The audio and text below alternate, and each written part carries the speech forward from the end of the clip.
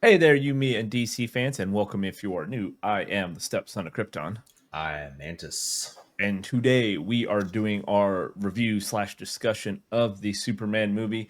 As with the previous video we just did about our thoughts before we went into the movie, we're not going to go ahead and do an intro because I just want it to just be about our thoughts of the movie and a review and discussion.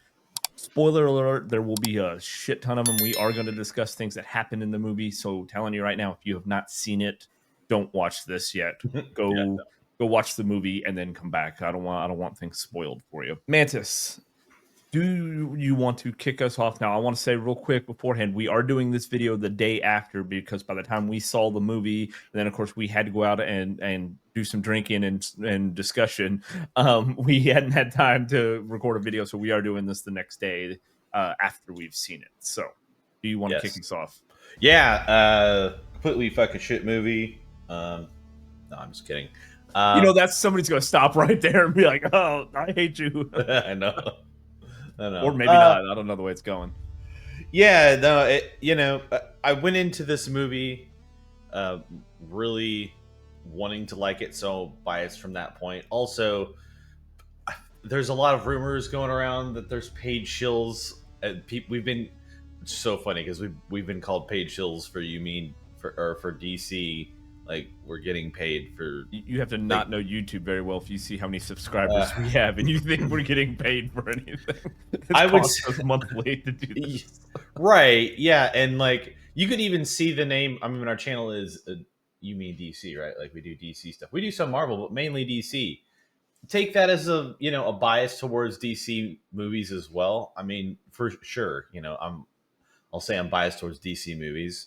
Um, but this film, like I said, went in hoping that it was going to be good. Um, it's not a 10 out of 10 movie. There are problems with it, but I enjoyed the movie from beginning to almost end if you count the extra credit, the extra end scenes, which there That's what are it kind two. of felt like. It felt like an Yeah. extra credit report. Like, oh, hey, do this because um, I Yeah. don't know. We'll get into those because there's some things to say on there about that too. But I mean, I'm the same way. I went into it hopeful, right? I want a good Superman movie. I want us to continue, but I enjoyed it from beginning to end. Yeah, it's not perfect, but we could pick apart every single Superman movie for things that actually weren't perfect, things that didn't make sense, what have you. So I don't think it's fair to say, well, this one had this. Okay, well, you don't count, Man of Steel had this, or the original like 1978 one had this. People just get so focused on, oh, those were perfect. This one's not. Hmm. Yeah, absolutely. And you know, this movie started out kind of well, and it was rumored, and I think we said in one of our videos that we did to the sneak peek, which is really what that was. It wasn't a trailer; it was an actual sneak peek of the beginning of the movie. Yeah, Um, because it is legitimately the first 5 minutes. So yeah, it is. That's what happens. There was some stuff cut out though of that sneak peek. I noticed as well. Because I'll get into this that as you guys know, I don't particularly like origin stories. However, the way this movie tried to supplement that, as far as not having to do a whole 30-minute thing about where Superman came from, his background, all of this stuff. James Gunn kind of mixed it up. He had the like there'd be like a paragraph on the screen, and you'd have to read kind of this is where it happened 30,000 years ago. So it happened, 3,000 years ago, 300 days ago, that type of stuff. And you kind of got a little background on not just Superman, but a little bit on where we are now in the DCU. Because again, this is the first film in DCU. So he kind of wanted to touch on the overall DCU, where it's at, who knows what's going on, as well as this film. And then you get a little bit there, and then as we said, there's a part where the Superman robots are carrying him because he got his ass whipped a little bit by the hammer of Barovia, and he needed to recharge. But while he's doing that, there's a new robot, 12, and 4 is kind of explaining to 12, because they're new, his backstory, what he likes, why his parents' message is playing. So, and then they kind of do that throughout the movie. There's little other parts where you get to see Clark's pictures and things from Clark's childhood. They didn't have a complete section. This is origin part. Now we're in the beat of the movie. He kind of spread it out there in little parts, and I like how he did that. So if you are not that familiar with Superman, you're new to Superman, you don't really know much about it, you can watch this and kind of get enough that maybe would pique your interest to go look at something else, or at least give you enough to what's going on in this movie and be okay with it. So I really did enjoy how they did that and kind of left the full origin stuff out of this movie. All right, so let's talk about the elephant in the room here. I know one of the biggest problems that people had with the movie is it seemed like Superman's getting his ass kicked all the time, right? Mhm. So the reality is, and guys, again, heavy spoilers here. There's really only one person who really actually whips his ass in the movie, and I mean, obviously, it's Ultraman, who is a normally Ultraman is supposed to be the evil Earth 3 version of Superman. In this, they do play him as a clone of a Superman, just kind of a little more defective. Mantis had said yesterday, good kind of he's like a Ultraman Bizarro mix, so he's not the sharpest tool in the shed, but he's the only one really whooping his ass, as you'll find out in there. And it's kind of like, okay, well, I mean, Ultraman, that they're on the same power level as far as him being a clone. Now, in the real Ultraman, he gets hurt by the sunlight, but he's powered by kryptonite. They didn't do that here. That would have probably made a little more sense to why he's whooping Superman's ass, because he's keeping him weaker with kryptonite and powering himself up. But it's still, it makes sense, right? But like the kaiju fight, everything else, like the kaiju never hurts Superman. He was never bleeding. Yeah, I mean, he steps on him, but that's just the weight isn't, he can't hold the weight. The ground's not going to hold that weight. Same thing happened in Man of Steel when he's trying to hold the oil rig up. It wasn't that, he was too weak to hold it. Metal bends, and there's only so much weight that metal's going to take before it collapses. Doesn't matter what's holding it. So it's the same thing. So he doesn't ever really, like, there's not a time where I'm like, wow, he just got his ass whooped by, just some random metahuman, right? So hopefully if people go see it, they kind of realize that it's not him just getting his ass kicked every 2 seconds.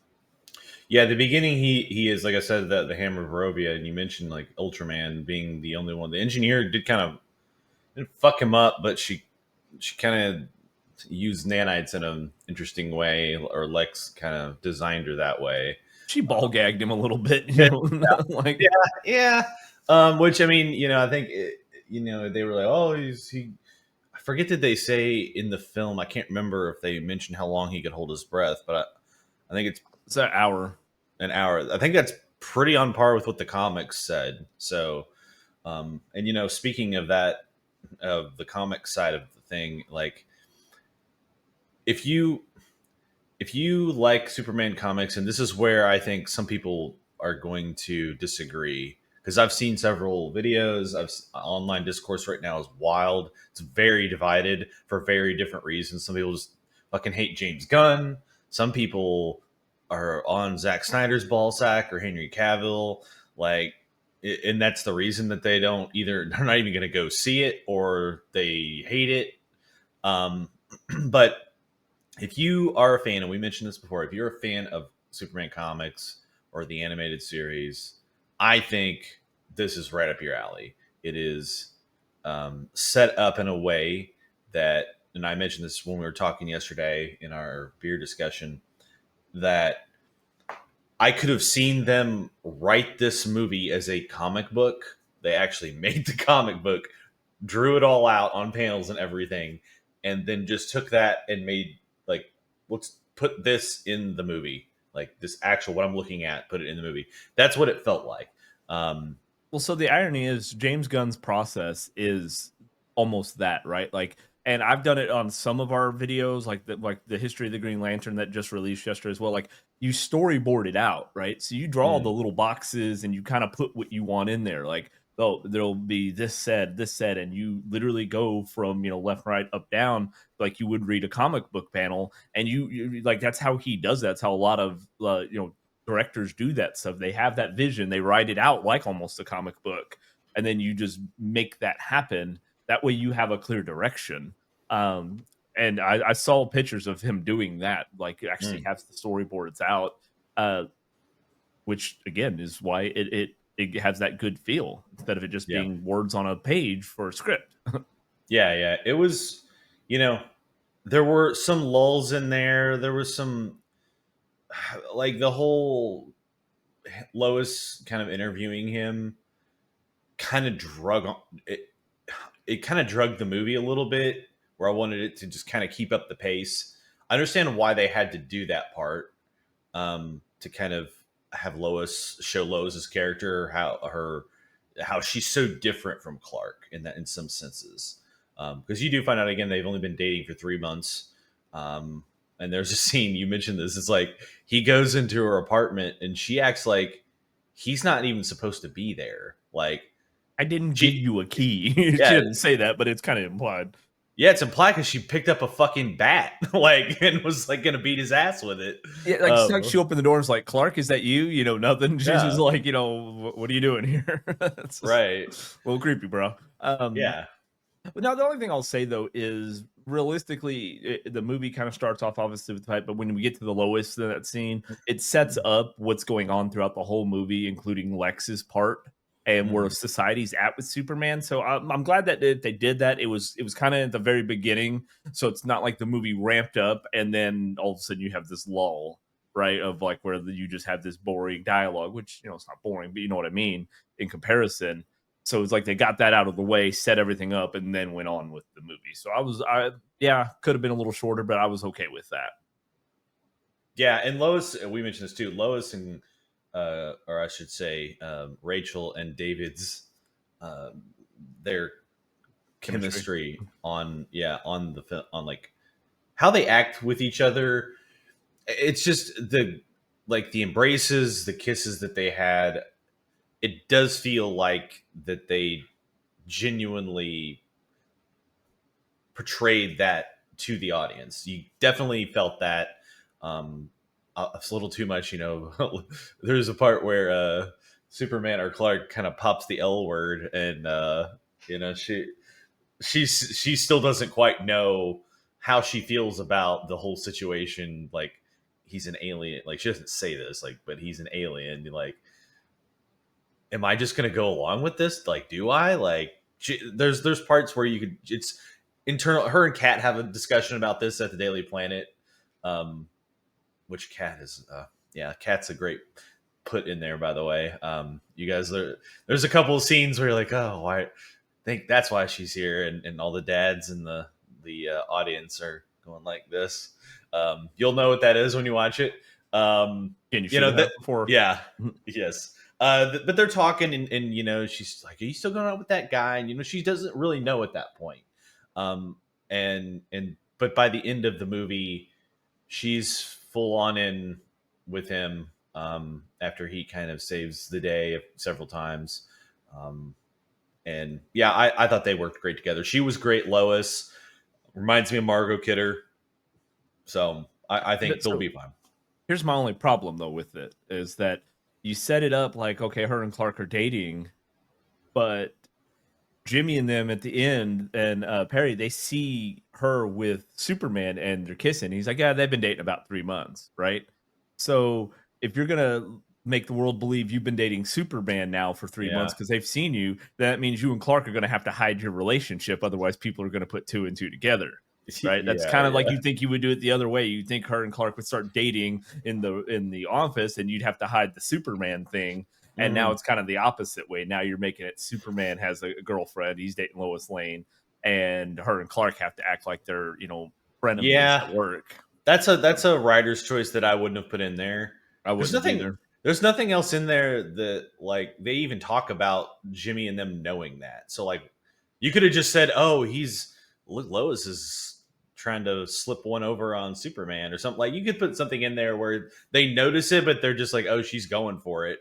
Like, I guess she's been interviewing him and it's working, or something like that. Like, you know, I mean, it doesn't have to be, because, yeah, now that you say it, it's like, if I'm Jimmy, I'm like, I'm gonna put two and two together real easily there, right? Like, maybe Clark and Superman are the same person. How I just dumb was she? You You're know, right. like It's the hypno glasses. yeah, which we could touch on some Easter egg stuff too, because I thought that was there Well, was some really cool ones. okay. So now let's talk about the smaller elephant in the room, the CGI. I didn't have any problems with the CGI except for one area, and that was the anti-proton river when they're over in the pocket universe.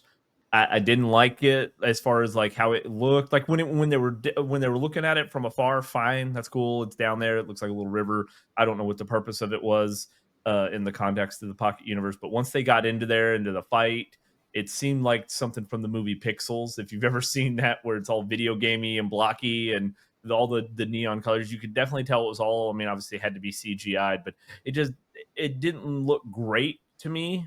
It didn't look bad, but it didn't look great because also it just I felt like it was unnecessary. That whole little bit there was just unnecessary. So again, could have maybe used those extra couple minutes to do something else, but it's not going to kill the movie for me.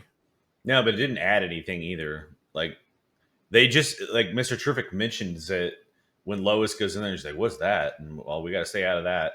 But that's just setting up the fact that they're going to go into it, Clark or Superman, and then we're going to have to fuck with it later.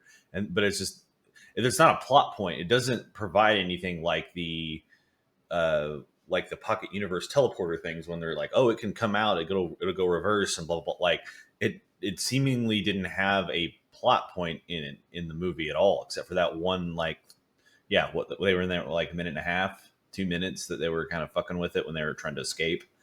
Yeah. Um, yeah, they could have done without that, I think. But I mean, the CGI overall didn't have a problem with it. You know, surprisingly, I think if you slow down frame by frame, you're going to see things that you're like, "What the fuck is that? Like, why did they do that? That looks weird." Um, but again, it's like it's like motion blur. I just turn that shit off in the settings when I'm playing. Like, I don't. I as long as it's not glaring at full speed, then I'm fine with it. There are things like we bring up Wonder Woman 84. It's just that CGI looked like complete trash. Um, this looks fine. Didn't it didn't look great, but it also in a bright movie you can't cover up things that you would normally be able to do in darker situations. So I I didn't have a problem with the CGI on my end. As a detriment to bringing the whole movie down. So that part can Well, go away. so let's talk about that for a minute because this movie was exceedingly bright, Mm, right? Where Man of Steel it always, even during the daytime, seemed to have that kind of that tint of darkness on it, right? There was never a bright scene, and most of it was dark, right? As far as just the overall shots, everything they did had some. I say Man of Steel. Man of Steel wasn't as bad mm, as it still. I mean, they did, but like Batman v Superman. right. It was real dark as far as all the scenes were just really dark. Man of Steel, like I said, even in the tornado scene, of course, it's a tornado going on. There's a lot of that was this movie only had like two kind of nighttime shots. Hmm. Everything else was super bright. I mean, sunny as shit in Metropolis, like again in the comics in the animated series. Yep. So is interesting, and I think that's that stark contrast to then if once we finally get a Batman movie, you're going to see the exact opposite, and that's what I want to see. Right? I don't want to Hmm. see them matching like, oh, who can be darker? No, Superman's supposed to be, Yeah. bright. The suit Yeah. is supposed to Yeah. be bright. Well, and Superman again. We can get. I'll do touch on a couple of the main characters here. Like Superman played the Superman that I wanted to see. He was saving people. He was saving squirrels. He was saving. There were bringing in like the Justice Gang. He was a stark contrast to how they do work, and it's made pretty apparent in several scenes. Like he's wanting to save everything. You mentioned the kaiju. He didn't want to kill the kaiju at first. He wanted to maybe we could save it, put it somewhere else, or even a less humane or a more humane way of killing it. Um, Superman, it is what you want, what I wanted to see of Superman. Already touched on Lois. The Guy Gardner was great. Nathan Fillion did a great job as Guy Gardner. I thought. He's of the cloth. He trusts everyone. He doesn't. Just us, because we are also of the cloth. Of the cloth? Yeah, jokes were on spot. Nathan Fillion does such a great job at that. Hot Girl for me was kind of an afterthought. It's kind of in the same vein as the engineer, quite frankly. Like the engineer was cool, but like okay, like there wasn't really much. They didn't explain much. There wasn't like she did a couple of things and that was it. Wasn't really a big deal. Um, and Lex, sorry, go ahead. No, no, no. I was just Yeah, kind of nodding in agreement. yeah. Lex was fantastic. I would even say that as far as playing evil Lex in his prime, maybe the best rendition of Lex, aside from one little scene that got ruined by Crypto at the end, towards the end of the movie, was great. Crypto, I liked him. I was afraid. One thing about Crypto was I was afraid that James Gunn was going to overuse him, and it would just kind of detract from everything. But I don't think that happened. He became a functional plot point and use for Superman towards the end of the movie that I think worked. And then Mom and Pa Kent were great. I thought they were fine. I don't see why people were so upset. You mentioned this where it was like they were in it barely a little bit, and their homestead was in there a little bit. Maybe 2 minutes. Yeah, Total one time. People were. You said it was like people were just hammering on that online forever because of it, and it's like it's not even that big of a deal, you know. It's like if the way the Kent farm is gonna like destroy the movie for you, man, you have other issues you need to go get worked out because like you are not a Superman fan if that is gonna be your one detractor. Crypto though, like and obviously again spoiler alert, but you find out that that's not even his dog, it's Kara's dog Mm-hmm. through the ending scene, which oddly we'll talk about here in a second, but wasn't the post credit scene, even though it felt like it. Mantis had made that point coming out of the theater yesterday. But Crypto to me had the ability to become like the goats in Thor: Love and Thunder. Where they definitely overused him. It got overplayed, and by the end of it, you were like, "Go away." And Crypto didn't do that. He probably if the movie was 30 minutes longer, if it was a 2.5 hour movie, and they continued to use him, I would have probably said, "Yeah, okay, now we're getting a little too much." But Mm-hmm. they used him in just the right areas where you're like, "Okay, yep, this would work. He'd come in handy here."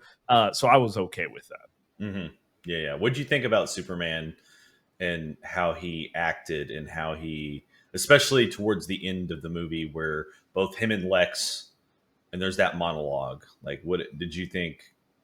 The monologue was great, right? The monologue is straight Superman. That is straight classic Superman because he even still believed that Lex, after all of what he's been doing, could still be good, right? That like he always believes, and the whole movie is set up to where he believes that everybody can be good, everybody and everything is worth saving, from the kaiju to the little squirrel to Lex, right? And that's the epitome of Superman. He is the embodiment of hope. It's like I don't understand how you say that his symbol is supposed to mean hope in Man of Steel, and then he is constantly the most hopeless, depressed person in the movie, right? Like, and you're supposed to be the beacon of hope. And don't get me Yeah. wrong, I'm not hating on Man of Steel. I still love Man of Steel, and I still love this one. Like, I would say, to me, they're both on par with one another, just in two completely different versions, Mm-hmm. right? Yeah. Man of Steel is way over here in this kind of newer age, brooding, whatever, and then you have the classicy kind of hopeful golden age comic of Superman, and they're both equally good, just for different reasons, Yeah. I right? completely agree with that. I still like Man of Steel. I like this movie. I can see. Yeah. Go ahead. Oh no, no, finish that because Oh. I want to talk. I want to go back to Lex here in a second. So go ahead and Okay. go where you're going. So yeah, this Man of Steel and in this movie can coexist. We talked about this before, where you can like the direction that Zack Snyder was going with Superman and whatnot, but this Superman, I think, also definitely, like, if they wanted a Superman that they can use throughout the DCU and a hopeful Superman to build the Justice League on, And I think this is because it's one of the things we were worried about. It's like you can't. This movie has to do well, but also you have to get Superman right from the beginning. This is the character that's going to be throughout all of the other movies. You can't have him completely change unless some major thing happens, which I really don't like. Unless you're getting into the injustice type stuff. It's. I think they did a great job. David Cornsweet portrayed him well, and they can definitely use him, and hopefully they do. James has said he's going to try and there'll be super cameos. Especially there was a big, I won't say a leak, but rumor in Peacemaker season 2, you may see a big cameo, which I think is going to be Superman, but we'll see. Yeah, maybe Batman. Something will be coming. But I wanted to go back real quick because you were talking about Superman's monologue with Lex.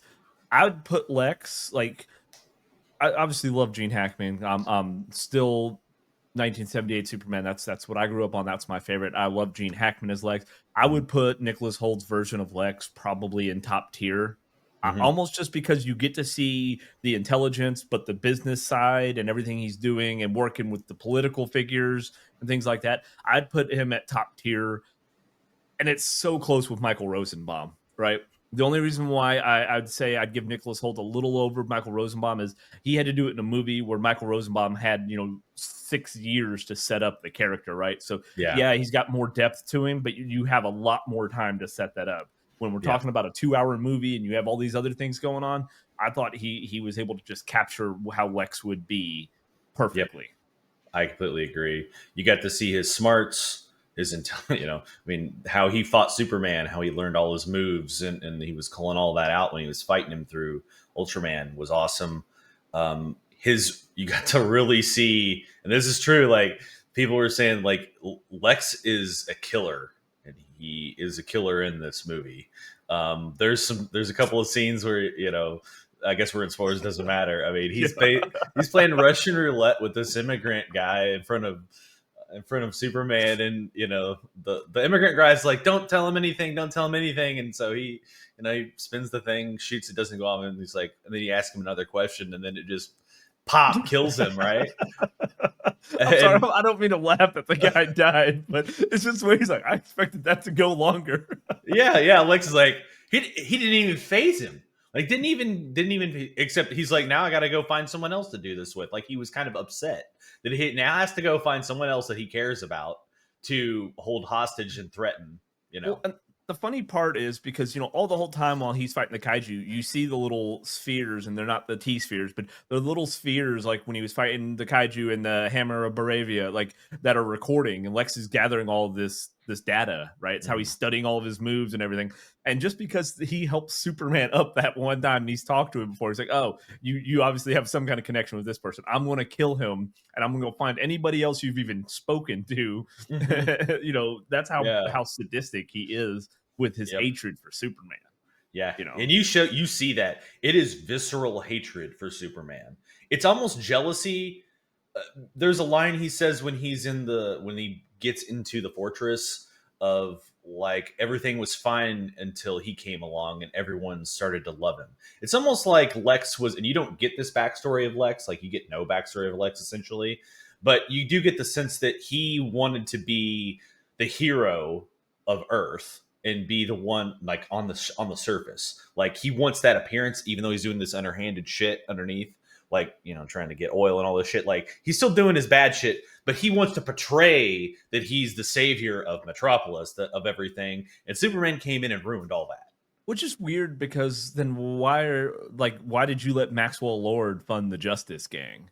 Why wouldn't you have funded the Justice Gang? I mean, we kind of dismiss it, but there's a Green Lantern in the Justice Gang, right? I mean, it's a pretty powerful guy, actually guy. But Green Lantern, I mean, the Green Lanterns are a very powerful force. It's not like they're just I could see with Hawk Girl, maybe Mr. Terrific, even though he does have a badass scene in there. Yeah, he does some fighting though. I was surprised because I mean he's pretty built dude. But yeah, it's like, why wouldn't you have funded the Justice Gang then? Why did you But yeah, you could definitely tell he is wanting to be loved, and he's pissed off because he even says in the movie that one man has garnered the attention of the entire world, because people don't really seem to be too phased by it. Now, if you read obviously the opening credits of the movie as they're flashing on the screen. People, metahumans have been in this universe for 300 years, and we did a video where we had talked about that. We knew going into that was going to be set up. So they're kind of not phased by a whole lot, but now you have this alien with these godlike powers. And I guess, Lex kind of has that. He's got Ultraman. Yep. He's the kind of guy. And again, I know the trailer makes it seem like Ultraman's slamming him in the ground and kicking his ass again, but it's no different than a normal cop doing a really hard takedown on somebody, except the fact that Superman's so strong and his body is like when he pushes him down hard, he's going to break the pavement. It's not him getting his ass kicked. He was surrendering. Yeah, he turned himself in. Yeah. I mean, is what happened there. Yeah, for sure. I guess wrapping up, because like you said, this is getting kind of long. We'll go through the Easter eggs. There are some cool Easter eggs in there, some street signs. Saw the Chacos. We mentioned that one of our trailer breakdowns. There's a couple other little nods in there. The Hall of Justice, a couple other things. We may do. I don't know if you want to do another video on that at some point. Once we have a chance to review it again, kind of break down things maybe we had missed. Because again, I was watching this movie is just trying to enjoy it. I wasn't trying to like look at little like, oh, is this going to be good? Is it like I came in there just trying to enjoy the movie. So, overall, I would go see it again. I'll definitely, obviously, I'll buy it when it comes out. I think it's a good foundation for those of you that are worried about the woke stuff. There's none of that in this movie that I saw. There's some references to things that you could look into being political, but it's not a well, they said this, so fuck that movie. Like, there are people out there that won't. I've already read it. There are people out there on Twitter, and I'm sure they view it this way. They didn't even type it. Oh, James Gunn said this, so fuck him. I'm not going to go see this movie.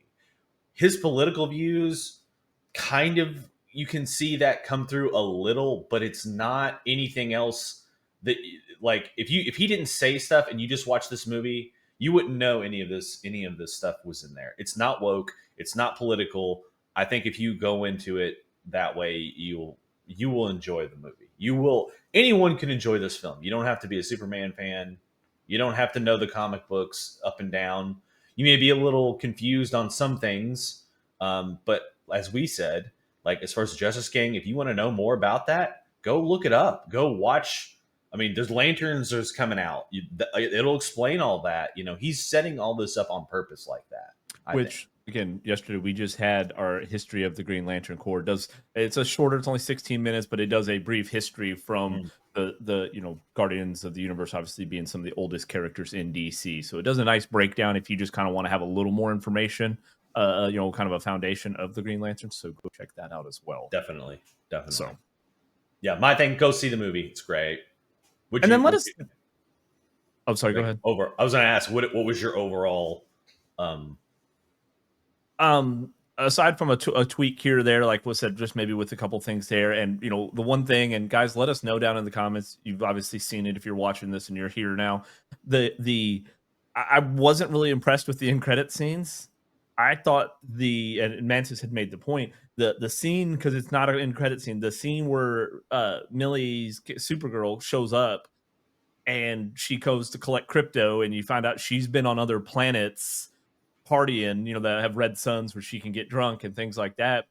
I felt like that should have been the end credit scene, and the two end credit scenes should have just been in the movie, Yeah. and Mantis had made that point, and I'm like, 100%, let us know what you thought about that. But I do like that setup, because they already, obviously, Green Lanterns, and then they mentioned intergalactic refuge for the kaiju, stuff like that. So we already all know, everybody knows these things exist, right? So, yeah, I definitely think you should go see it. Give it a chance. It's a good movie. If you just go and want to see a good Superman movie, it hits the nail right on the head. I think so. All right, guys, to keep this again as short as is humanly possible, but it's a lot to go over, man. We probably could have done another hour, because trust me, we did yesterday on this. Yeah. Mantis, do you have anything else you want to add before we wrap? Don't expect to see any good trailers of other movies when you go watch this. You can actually wait 30 minutes. If your show time is at like noon, you can show up at 12:30 and be just fine. because it's No, all to bullshit. be fair, nope. Ours was at 1:10 yesterday. It started right at 1:30. It was 20 minutes of bullshit.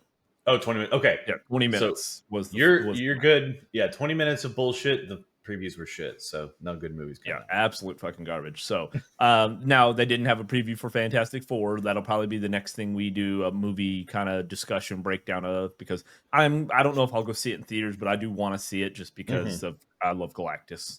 So Yeah. that'll probably be in there. But and then if you have made it with us this far, consider giving this video a like. You showing you right there at his crotch. Yeah. Right. Subscribe to the channel so you don't miss out on all of our other videos. Now, the Superman content, we'll do some more videos as it comes up, what people are saying. Once we get the first box office numbers, we'll do some discussion on that. But then until we get some more news and things of that nature, we're going to be leaning more into our comics where we're doing right now, where we've got the Justice League Unlimited. We have the Absolute series with all those different comics. Even I started Mr. Terrific to kind of give some people a little bit of knowledge before the movie came out. We may continue that one. I don't know. Oh, damn, you got them all right there. If you're interested in the Green Lantern Corps after you watch our movies, go grab some of these. This is new as well, and I haven't gotten into them yet, but it's got all the core in there. Did you get that from the comic book store? I got these from eBay. Ah, eBay special. Yeah. I'll let See him all know the- you cheated. Well, okay. I got these from eBay. This last one, I finally got to work on our comic book store's app. This is the one I was testing. So yeah. Okay. All right. Yeah. Yeah, definitely go check this out. Go to your local comic book store, but more importantly, go to your local theater. Go watch Superman, guys. And until next time, we will see you then. Later.